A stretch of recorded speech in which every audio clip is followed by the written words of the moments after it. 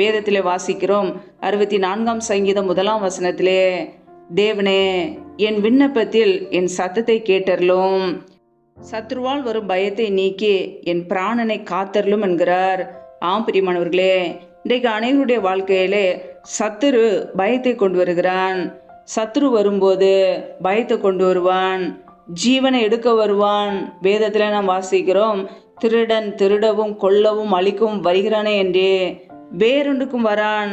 ஆம் பிரியமானவர்களே, நம்முடைய ஆசீர்வாதங்களை அழிக்க வருவான், நம்முடைய ஜீவனை அழிக்க வருவான், மரண பயத்தை கொடுப்பான். நம்முடைய வாழ்க்கையிலே பயமான காரியங்களுக்கு நம் இடம் கொடுக்கக்கூடாது.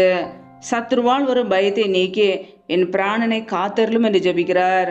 நம்முடைய வாழ்க்கையில் கூட அநேக காரியங்களிலே பொல்லாத மனிதர்களை குறித்ததான பயமாக இருக்கலாம், மரண பயமாக இருக்கலாம், தேவைகளை குறித்ததான பயமாக இருக்கலாம். எல்லாவற்றிற்கும் தேவ சமூகத்தில் நாம் ஜெபிக்க வேண்டும். நம்முடைய வாழ்க்கையில் வருகிற பயத்தை கர்த்தர் நீக்கி போடுவார்.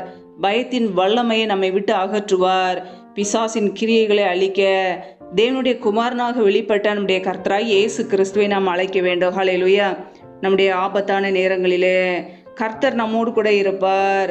கர்த்தரே நமக்கு உதவி செய்கிறவராய் இருக்கிறார். ஹல்லேலூயா. வேதத்தில் நாம் வாசிக்கிறோம், 118ஆம் சங்கீதம் 6ஆம் வசனத்திலே, கர்த்தர் என் பட்சத்தில் இருக்கிறார், நான் பயப்படேன், மனுஷன் எனக்கு என்ன செய்வான் என்று நாம் வாசிக்கிறோம். ஆம் பிரியமானவர்களே, கர்த்தராய் இயேசு கிறிஸ்து நம்முடைய பக்கத்திலே இருக்கும்போது நாம் பயப்பட வேண்டிய அவசியம் இல்லை.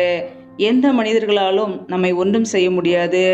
மனுஷன் எனக்கு என்ன செய்வான்? நம்முடைய வாழ்க்கையிலே பொல்லாத மனிதர்களை குறித்ததான பயம் நமக்கு தேவையில்லை. தேவையில்லாத காரியங்களை குறித்ததான பயம் தேவையில்லை. பயத்தை கொண்டு வருகிறது பொல்லாத சத்துரு. பயத்தை கொண்டு வந்து நம்மை வேதனைப்படுத்த சத்துரு போடுகிற திட்டம்தான் அது. அதை அறிந்தவர்களாய் பயமான காரியங்களுக்கு கர்த்தருடைய பிள்ளைகள் இடம் கொடுக்கக்கூடாது. தேவன் நமக்கு பலத்தின் ஆவியை கொடுத்திருக்கிறார், அன்பின் ஆவியை கொடுத்திருக்கிறார், தெளிந்த புத்தியுமுள்ள ஆவியை கொடுத்திருக்கிறார். ஒருபோதும் அவிசுவாசமான காரியங்களுக்கு இடம் கொடுக்கக்கூடாது. கர்த்தரையே நம்ப வேண்டும், அவரையே பற்றி பிடித்து கொள்ள வேண்டும். அவரே நமக்கு அடைக்கலம், அவரே நமக்கு பாதுகாப்பு. ஹல்லேலூயா.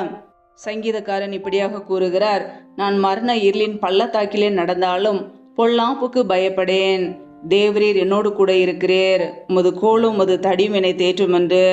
ஆம் பிரியமானவர்களே, தேவரீர் என்னோடு கூட இருக்கிறீர். நம்முடைய கர்த்தராய் இயேசு கிறிஸ்து நம்மோடு கூட இருக்கிறார். அவருடைய வார்த்தைகள் நம்மை தேற்றக்கூடியது. ஒவ்வொரு நாளும் நம்மை நடத்துவார்.